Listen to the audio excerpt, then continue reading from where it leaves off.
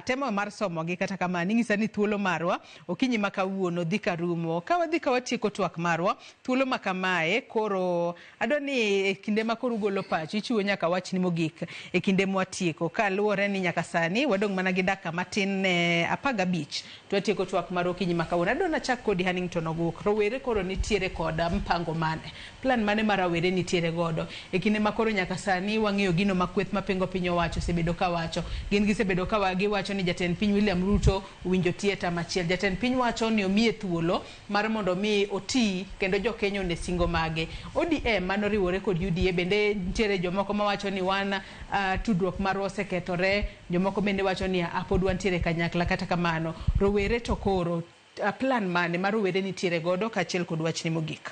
Erokamano Joyce. Okwongo dawacho ni Ramogi TV ma host ga jok manya tero Kenya ni mbele. Nikech wasebedo opposition to gik mawacho gi mage gik manya tero Kenya mbele. Unfortunately ni president maybe ok nega gigi kendo ok winjwa. Koro mbele ka rowere nigi plan mar ni mondo wayud that opportunity a conclave talk mondo wanyis president gik mwawacho gi. Matoke kanyo kok otimo to 2027 dhi bedo ne matek. Number 2, rowere nigi plan ma 2027 kendo jikre kendo gima ne Raila Amolo Odinga wacho ni dhano mondo kaw election mondo koro change from bedo go kura gi lo nango card mar kura koro sani mondo yodhi go kura gi ID.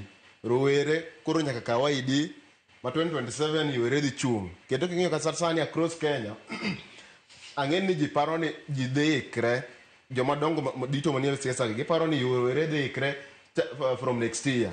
Rowere sani osechako ikre ma cross Kenya sani wan gi kata former student leaders ma sani osechako go campaign.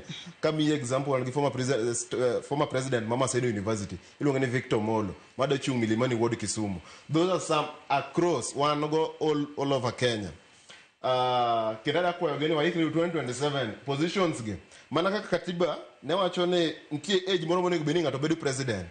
Wan be kaka rowere positions mag MP gi MCAs gi moso MCA onego beni rowere ka oppositions go kabisa.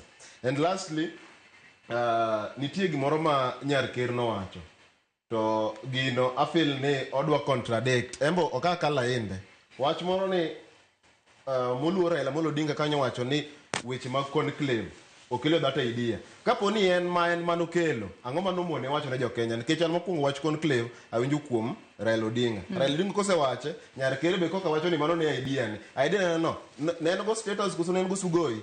Kapo ni ne en go nodwa konyo jo Kenya ne bino bire TV.